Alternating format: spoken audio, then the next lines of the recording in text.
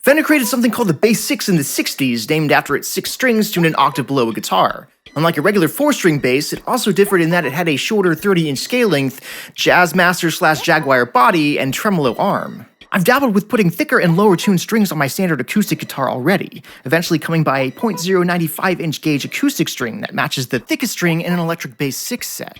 So it got me thinking, acoustic bass 6 isn't really a thing from what I can find, although there are some acoustic basses out there if you ignore the obvious upright bass. But while I have some strings partially already in place, can I Frankenstein something together for a subtle mod and homage to an instrument that's a classic in the community? Even though I'm still 4.5 inches shy of even a short scale bass scale length on my standard acoustic. Hopefully I can continue recycling strings from previous projects, or just skip straight to this timestamp to hear whatever I can come up with for a demo. This is Kevin from Said Too Much.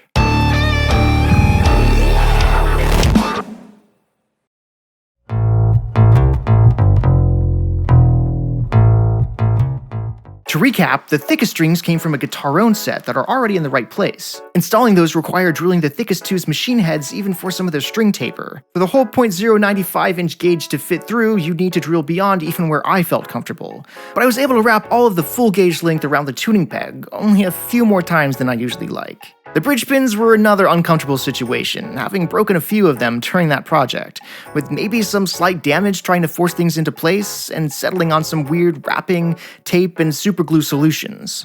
Removing the thick nylon strings for this project actually broke my string winder, forcing me to use the nail remover side of a hammer.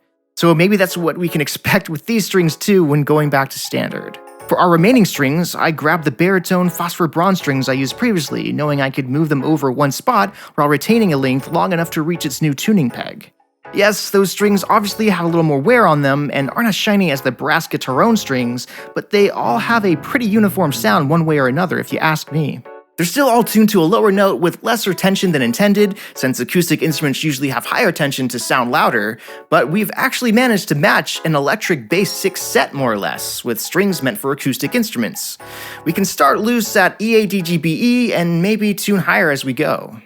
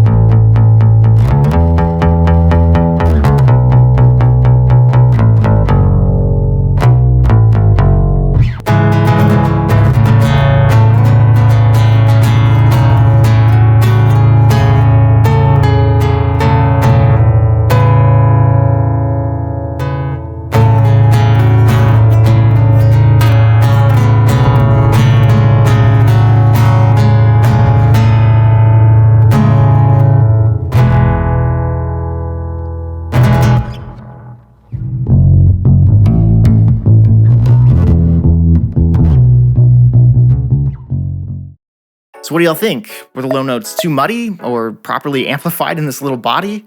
Is this tuning actually something usable and worth further modification, especially with modern electronics?